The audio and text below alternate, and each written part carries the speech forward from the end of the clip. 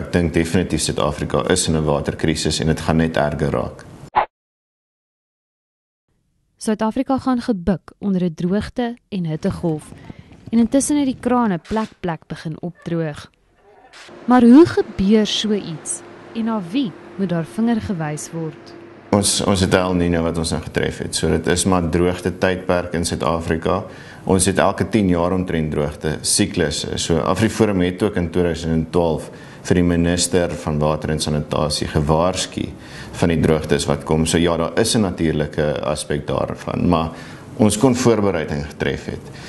Daar is natuurlik maatreëls wat jy in plek kan stel. Ons kan kapasiteit skep om waterbronne natuurlik op te gaar. Die instandhouding van ons damme en riviere is baie belangrik. En dan natuurlik ook die instandhouding van munisipale infrastruktuur waar meeste van die water ook in deur lekkasies op die oomblik verlore gaan. We're definitely in a water crisis, but we are so deep in the water crisis right now that there's actually very little we can do in the short term.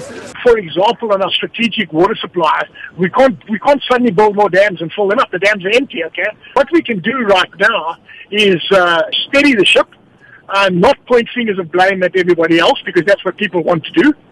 We don't want to blame anybody else because it's one of those things that's happened.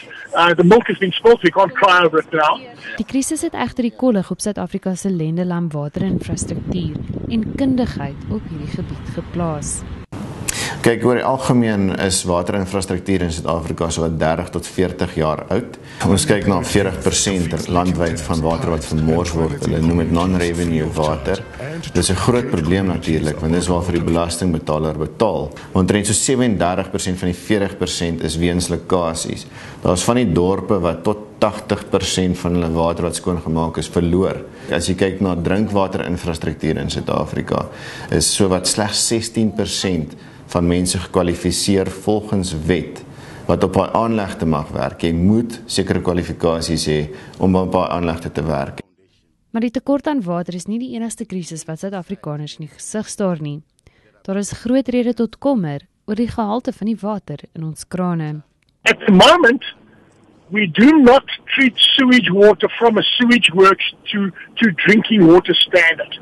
But the second thing that people don't understand, now this is the grey area. Because of municipal failures, we have got a situation where about 80% of the sewage water we produce every day passes back into rivers and dams untreated or at best partially treated.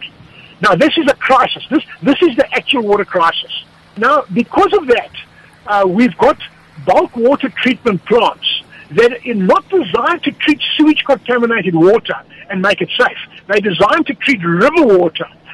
So the plant run by Rand Water, it's perfectly designed to remove sediment from water, from the Vaal River water and make it safe.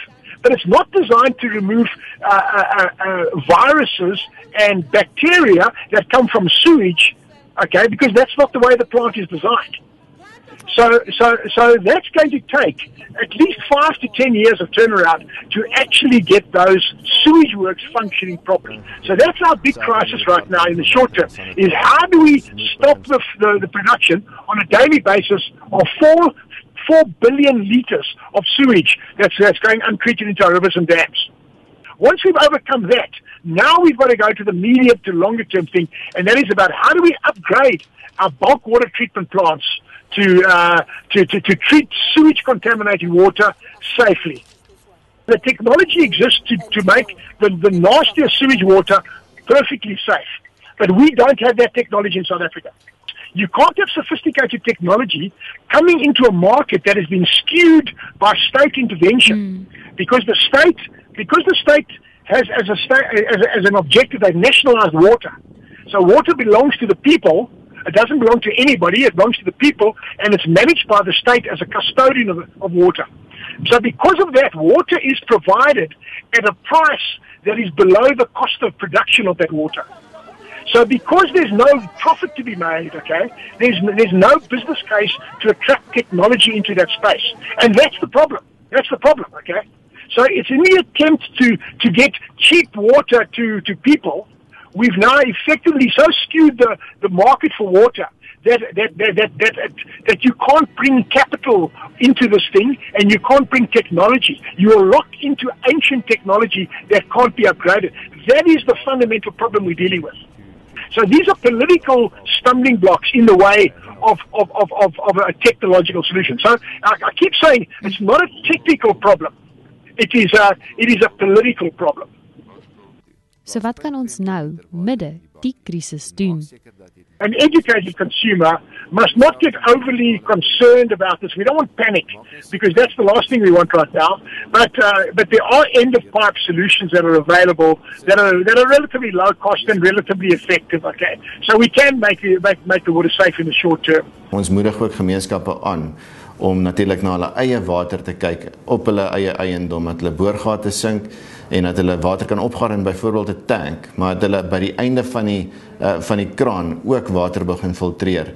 Mens kan nie meer staat maak op die staat op die oomblik, een ding om water te voorsien, maar die ander ding ook die kwaliteit van water te verseker nie.